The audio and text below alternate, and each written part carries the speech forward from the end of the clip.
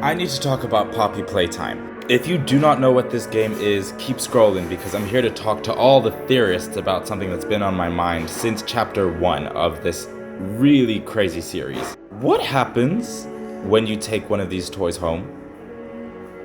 Like, what happens if you buy a Playtime Co toy, specifically Poppy? Poppy is the first toy that they made that can talk. According to chapter 1's first video, the first toy that they can make that can hold real conversations with a child. So we're assuming that these toys have children in them. Even in that same video, she says, "I'm a real girl just like you," alluding to the fact that they used an orphan to make this possible. They used an orphan in order to, make her talk. So, like, my question is, what happens when you take one of these toys home? Do you have to feed these toys? Because in chapter 4 of Poppy Playtime, we now know that these toys need to eat.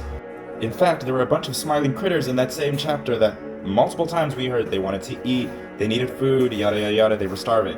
So my question is, if you are a normal person who just bought one of these toys from Playtime Co., were they a living toy? Were they once an orphan? Do you have to feed the toys that you buy from Playtime Co.? Because we are not getting any information about anything that happens outside of Playtime Co. Outside of that one time that there was a police report of a body being found on Elliot Ludwig's property. But aside from that, the outside world's interaction with these toys isn't really talked about much. Like, catnap was talked about a little bit because it was giving kids nightmares, but then it was implied that the smiling critters were not living toys that were being sold. They were just toys that have scent thingies in them that produce a scent, and each of them has a different scent, but the scent that catnap produced made kids have nightmares. And that's the only bad thing that really happened. But, like, what about the other toys? What about Poppy? What about Doey? What about all these other toys that were insinuated to be sold as living toys? Like, these were once children, but now they're a toy, they're being sold as a toy.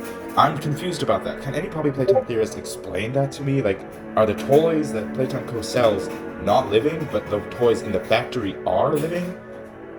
If that's the case, then what's the point of them even doing any of these experiments if they're not making money off of selling these living toys for a high price? I don't know.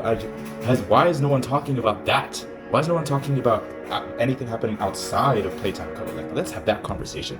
Please let's start a conversation in the comments, because I need to know what you guys think about that.